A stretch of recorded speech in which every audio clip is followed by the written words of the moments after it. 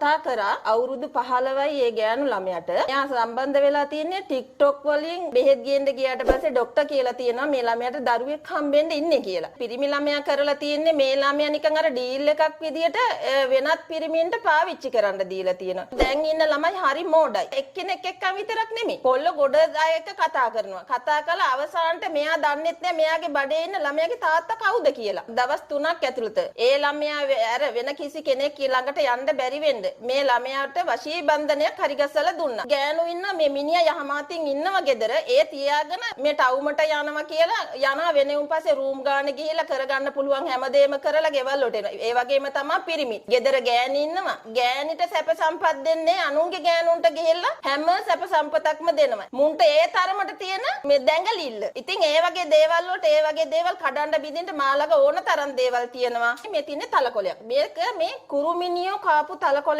වෙන්න ඕන. දෙන්නගේ නම් දෙක ලියන්න ඕන. දෙන්නගේ නම් දෙක ලියලා මේකට තියෙනවා ඕන් නමෝ රනිල කඩ විස කඩ කියන මන්තරෙන් 1008 වරක් මතුරලා මේක දවස් 7ක් මඩේ ගහන්න ඕන. දවස් 7ක් මඩේ ගහලා අහපව් ගොඩ අරගෙන පොල් කටු අඟුරු වලින් රත් කරන්න ඕන. පොල් කටු වලින් අඟුරු වලින් රත් කරාට පස්සේ ආයේ කවදාවත් ජීවිතේ තියෙනකම් මැරෙන තුරාවට එයා අර වෙන කිසි කෙනෙක් එක්ක ආයේ කවදාවත් යන්නේ නැහැ. දින 3ක් ඇතුළත මේ මිනිස්සයා ලංකාවේ කොහේ හිටියත් දෙපතුල ළඟට ගෙන්නලා දෙනවා. ලංකාව පිටරට කියලා එහෙම වෙනසක් නැහැ. වශී බන්ධන කරනවා නම් ඕනම කෙනෙකුට ඕනම දෙයක් කරන්න පුළුවන්. කොහේ හිටියත් මට කාරි නැහැ. කිසිම දෙයකට බය නැතුව වශී බන්ධන කරන්න උනත් කිසිම ගැටලුවක් නැහැ. දවස් 3ක් ඇතුළත මම මේ දේවල් කරලා දෙනවා. කදුරු ගහේ මැදෙන ගස්. ඒ කියන්නේ මේ විදිහට මැදෙන ගහක් හොයන්න ඕන අපි. ඒක හොයලා ඒ ගහ මැද්දෙන් මේක ගහන්න ඕන. ඒ ගහ මැදෙන්න මොකද මේකේ තියෙනවා දෙන්නගේ රූප දෙකයි නම් දෙකයි. මේක මේ